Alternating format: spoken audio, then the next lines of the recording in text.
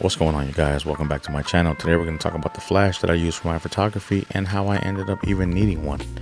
So this one here is discontinued on Amazon, although they probably have the new models and it's probably roughly around the same $60.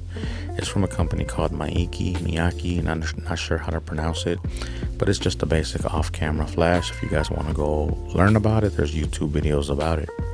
You can put it on top of your camera, or you can use it on a stand with a softbox, and that's the way I use it. So I'm gonna tell you guys a little story of how I even came up with the realization that I needed to use one. So a couple of months ago, in my early stages of photography, I had already been doing videography, but my early stages of photography where I didn't know that I was a photographer. In fact, my early Instagram photography, that was my hashtag, I'm not a photographer. So a buddy of mine owns a business, he owns a company, and they have a lot of merchandise for it. It's like streetwear. So he invites me to a secret barbecue get down. And what he did was he invited a bunch of models, men and women, and he invited a bunch of photographers. And he kind of had a function for them to network at. Plus, he had his merchandise there, so he let the models wear merchandise and the photographers took all the photos. And it was like a win-win. Everybody won. Everybody has a social media page. It was cross promo galore. So he hits me up and he's like, "Hey man, come through." I said, okay. I had just my NIKON 24mm vintage lens had just came in and I wanted to use it. The 24mm on my camera is 36mm. So I get down there, I get to the park, and I see lowriders and mini trucks and motorcycles, and I'm like, oh, right on, this is nice. I'm used to going to car picnics and car shows and stuff.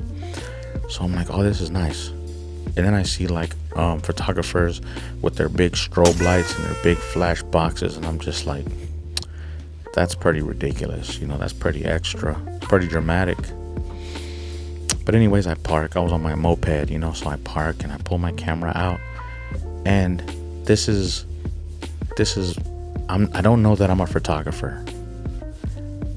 I've already taken photos and put them on social media and people like my style, but I'm still not a photographer, right? So I get out, pull my camera out. Immediately, like the main guys, they come to me, they greet, and we say what's up to each other. So all the people that are around are looking like, well, who's this guy? He must be important, like the main people are saying hi to him. So I take my camera out and I'm just like, and then girls start walking up, "Hey, you need a model?" And I'm like, oh, nah. I'm so naive, you guys. Another person walks up and says, "Do you want to take a picture?" And I'm just like, oh, no, not right now. I was talking. And then another girl walks up and says, "Hey, can you take a picture of me?" And I'm just like, yeah, sure. Like, why not?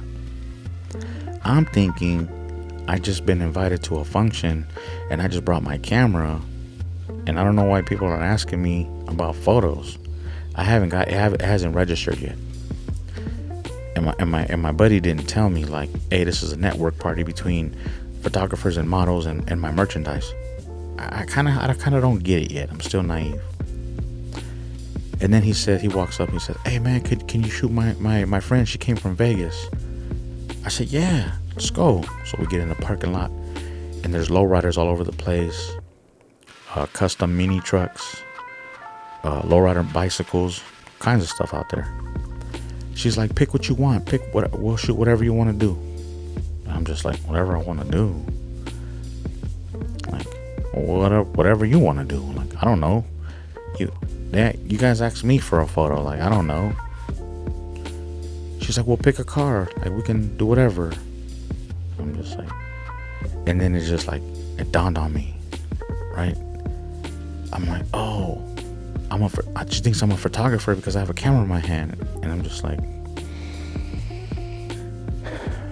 bruh. So anyways, I said, okay, I picked a car and we start taking photos. So like, you just do your thing. I think she has a little bit of experience in modeling.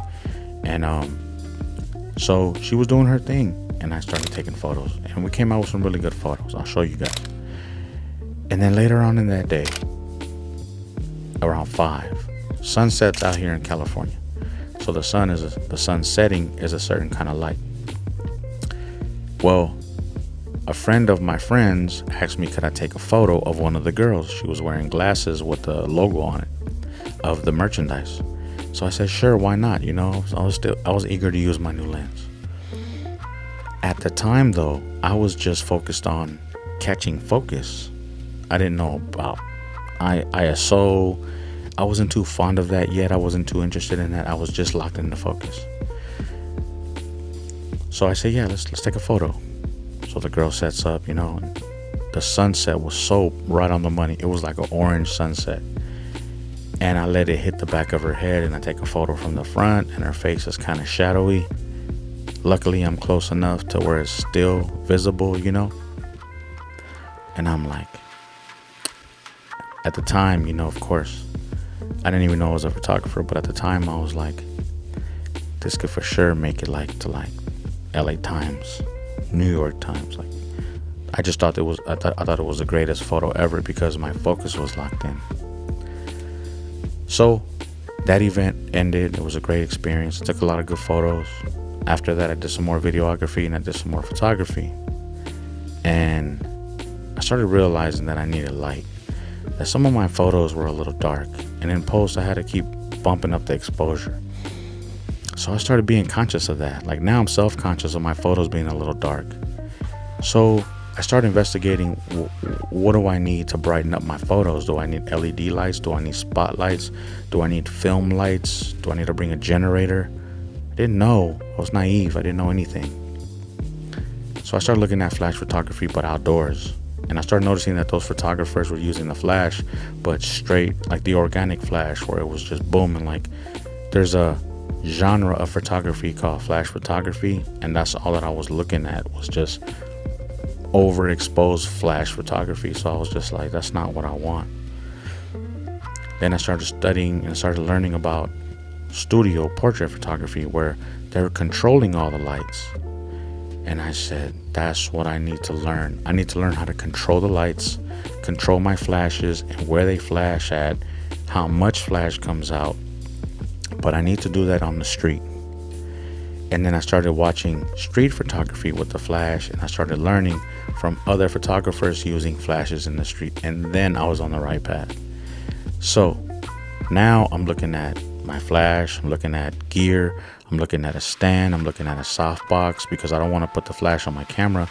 I want to use the flash outside off my camera. So now I have a softbox with my flash on a mount with a ring on it where I can attach my softbox, or an umbrella. It has like a chute for the umbrella pole.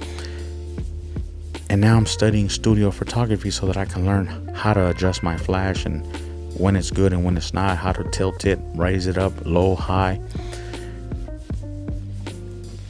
And it just dawned on me. I was just like, that thought that came to me when I was at the park, when I had showed up and I saw all those photographers out there with the flash boxes and the flash domes, and I was like, these guys are dramatic. These guys are ridiculous. And I thought to myself, like, that was a humbling moment for me, because that was a negative perspective that I had when these guys were advanced in me and they were already on the right track, that I was about 6 months late. I was about 5-6 months late on. They were already using it. So it was a humbling experience, so that now when I step out, I don't care if you have a shoe on your camera. I leave you alone. I let you be creative. Whatever it is, I'm sure it's going to be great for you. All right. So there's a lot of lessons that we're going to learn about ourselves and how to be humble out here and how to be good-hearted out here, because everyone's really just expressing creativity and everyone's vulnerable. You know what I'm saying? At the end of the day, no matter how tough you are, when someone looks at your work and says, all your photography is trash, it's gonna make somebody feel some kind of way, because it's a very vulnerable thing to do, to take a photo and then put it out there for people to see it, whether it's trash or not. It's good to somebody, you know what I mean? So just be a little bit compassionate, be a little bit empathetic for the models. You know, you may not see the models that are all like in shape and all tuned up with all the fancy gadgets that make a woman hot in your eyes, but that woman is showing a lot of confidence. Perhaps she's going through things and she just overcame things, and now she feels good enough to come out and take photos. You know what I mean? So just be compassionate, be empathetic, and be sympathetic, and just be a good sport out there. You know, if another photographer needs help, help them. You know, if they say hi, don't be a grouch. You know, say hello and introduce yourself and be cool. And if you don't want to be talkative, at least at the very minimum, be nice and respectful. All right, guys, I hope you guys got something out of this, man. Peace.